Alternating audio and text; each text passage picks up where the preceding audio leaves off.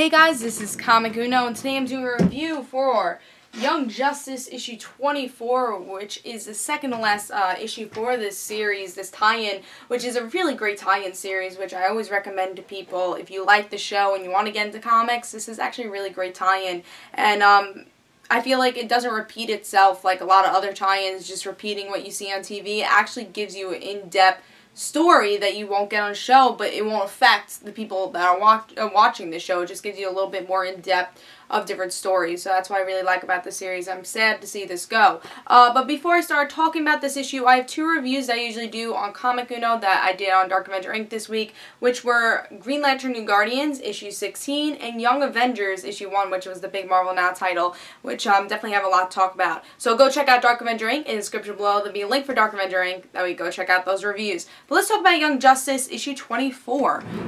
Great cover. I'm a big Batgirl fan, so I was like, oh, you know, Batgirl issue. I think that could be cool. And we get to see Match, which is, you know, Bizarro Superboy. And the art was really good, and the cover made me excited for this issue. Especially, again, it was the second to last issue for this tie-in. I was like, alright, everything's going to start wrapping up, and it should be a good issue. So let's see if it was a good issue. Let's talk about the story.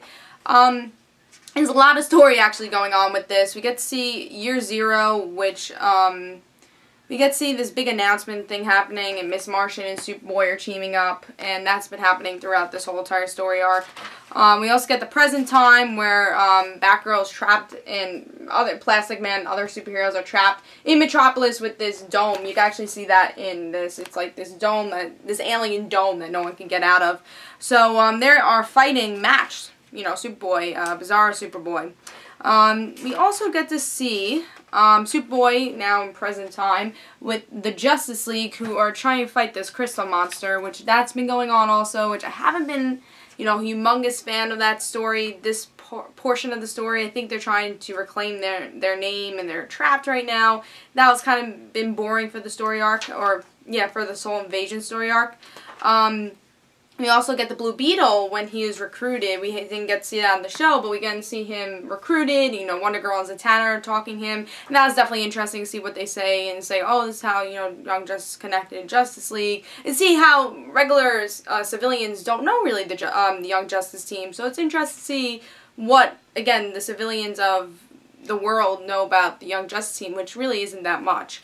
So I think that was interesting, and that's really what we get. We just get a lot of different stories in here with a lot of different characters, and I think that usually works. But with this issue, I felt like a little bit too much was happening. I like this issue, don't get me wrong. It's still a really good issue, and this series is still a really good tie-in for Young Justice.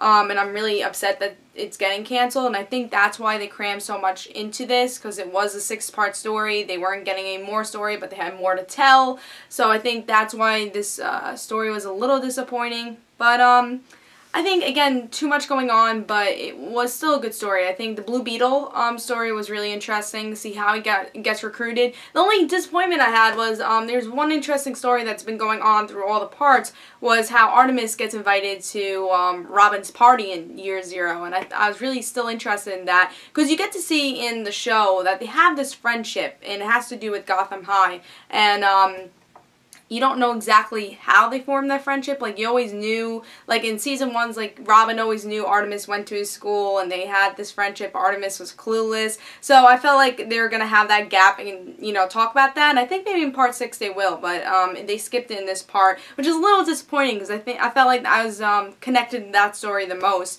Again, the Blue Beetle story was really great for this. I think the Year 5 stuff are more interesting than the Year 0 stuff.